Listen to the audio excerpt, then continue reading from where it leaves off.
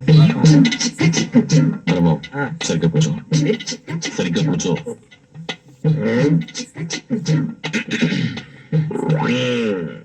పెళ్లి కూతుర్ని పిలిపించమంటావా? పిలిపించుకుంటాడు బాబా. అందుకే వచ్చింది, పిలిపించు.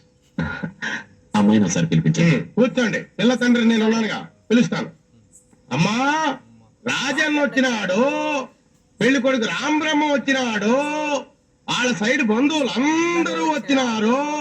ఒక్కసారి వచ్చిపోమ్మా మెరుపుతీగా.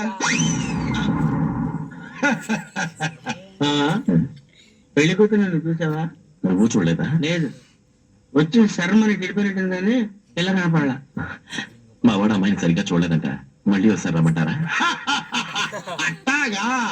అమ్మా, రాజన్న వచ్చినాడు, పెళ్లి కొడుకు రాంబ్రహ్మ వచ్చినాడు, వాళ్ళ సైడ్ బంధువులు అందరూ వచ్చినారు. ఒక్కసారి వచ్చిపోమ్మా మెరుపుతీగా. లేబా వెళ్ళిపోదాం. తప్పురా. ఇందాక చీర కనపడింది, ఇప్పుడు అసలు ఏమీ కనపడలా. ఏమి చూడకుండా పెళ్లి చేసుకుంటావా? పిల్లకి కొంచెం సిగ్గెక్కువ, తుర్రు అంటది, అందుకే మెరుపు తీగని పేరు పెట్టాను. ఏ పేరు పెట్టుకుంటే మాకెందుకండి? పెళ్లి చూపులు తర్వాత ఆ పిల్ల ఎదురుగా కూర్చొని నేను కూర్చొని లుక్కు మాత్రం మాట్లాడుకోవాలి కదా. అక్కడ మేము పెళ్లి చూపులకు వచ్చావా, మొదమెట్లో పరుగు పద్ధతి చుట్టానికి వచ్చావా? ప్రభు అరవకు, ఒక్కసారి అమ్మాయిని నిదానంగా రమ్మనండి. ధాన్యం భాగ్యం. అట్టాగే. అమ్మా, మెరుపు తీగ రాజన్న వచ్చినాడు, పెళ్లి కొడుకు రాంబ్రహ్మ వచ్చినాడు, వాళ్ళ సైడ్ బంధువులు రాంబ్రహ్మ వచ్చినాడు, పెళ్లి కొడుకు తెచ్చినాడు, బంధువులంతా తెచ్చినాడు. ఓ దీర్ఘాలు తీసి ప్రాణాలు చూడకుండా ఆ పెళ్లి కూతురి కొంచెం చూపిస్తావు. అమ్మాయిని కాస్త కాఫీ తీసుకురామని చెప్పండి. అట్టాగా.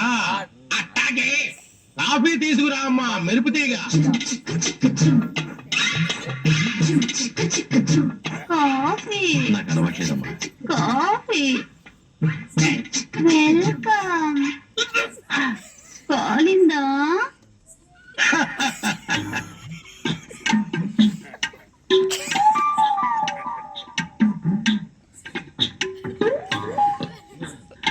పెళ్లి కొడుకు ఇతనమ్మా, బాగా చూసుకో.